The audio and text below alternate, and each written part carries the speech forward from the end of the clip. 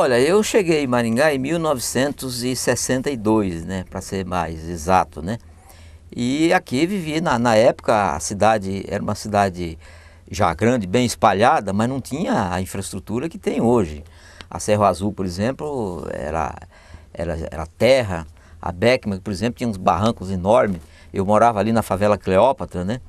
E na minha época os adolescentes, né, saíam à noite, ficavam na rua até tarde brincando de salva.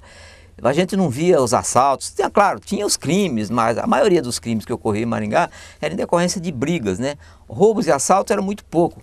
Eu sou de uma época, por exemplo, que a gente saía, eu comecei a trabalhar na Folha do Norte como office boy, depois eu fui trabalhar na Expedição, e na Expedição a gente tinha que chegar 4 horas da manhã, 4, 5 horas da manhã. Eu saía aqui da favela Cleópatra e ia a pé para a Folha do Norte, sozinho, moleque ainda com meus 14, 15 anos, de madrugada, sem nenhum risco, sem nenhum temor. O meu único medo era o guarda que ficava apitando de madrugada. Eu tinha medo de encontrar com o guarda e ele falar: o que esse moleque está fazendo? Aí ele pegar e me mandar de volta para casa ou chamar o 28, né? Esse era o meu único receio, né? Mas nunca aconteceu nada. E uma outra coisa interessante, que a gente saía de casa meio com fome, né? Ali pelas 5, 6 horas da manhã o padeiro passava e deixava o pão no muro das casas, né? Então de vez em quando a gente desapertava um pouco a fome, ia lá, pegava um pãozinho daquele e saía comendo pela rua, né? Hoje em dia não tem mais nada disso, né? O 28, o temido 28, que não tinha, o único carro da polícia que tinha, né? Era um jipão, uns chamavam de o corintiano, né? Era preto e branco, e andava sempre com 2 policiais. Aquilo era respeitado, quer dizer, qualquer pessoa, ou mesmo a pessoa que estivesse delinquindo, fazendo alguma coisa errada, quando via o 28, olha, vazava no mundo. E tinha um respeito muito grande, respeitava até, ou temia, não sei, até o guarda, o vigia noturno, que ficava apitando de madrugada.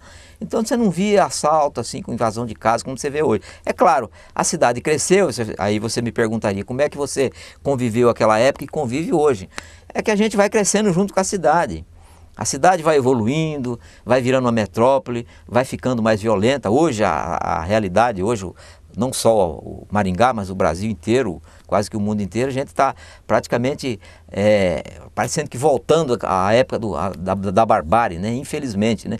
As coisas estão cada vez mais violentas. Hoje, por exemplo, eu fico muito preocupado quando meu filho está 10 horas da noite na rua, meu filho adolescente. Eu fico preocupado quando meu filho casado demora para chegar em casa do trabalho, né? Eu ligo na casa dele, fez 10 horas, ele ficou até mais tarde. Eu fico preocupado, o que será que aconteceu?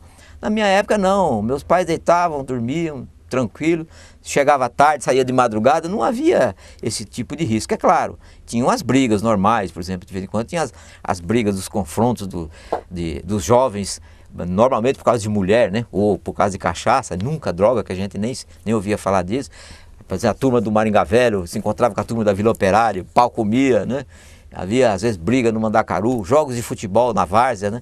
Costumava às vezes dar uns quebra-pau danados, mas não era nada assim de assustar, era tudo tolerável, quer dizer, estava dentro do padrão da cidade. É claro que no início, quando a cidade começou, tinha algumas cenas de violência, né? A casa até de pistolagem, né? Aqui na região, né? Mas isso era uma outra realidade, né? A questão urbana, da violência urbana, isso que angustia a gente hoje, o problema da droga, isso realmente não existia, era uma vida assim mais tranquila. Se bem que, lógico, se eu for comparar a minha vida hoje com a época, hoje, claro, em termos de conforto pessoal, é muito melhor, né? Eu morava na favela, morava num barraco de lâmina, mas eu confesso para você, eu era feliz e não sabia.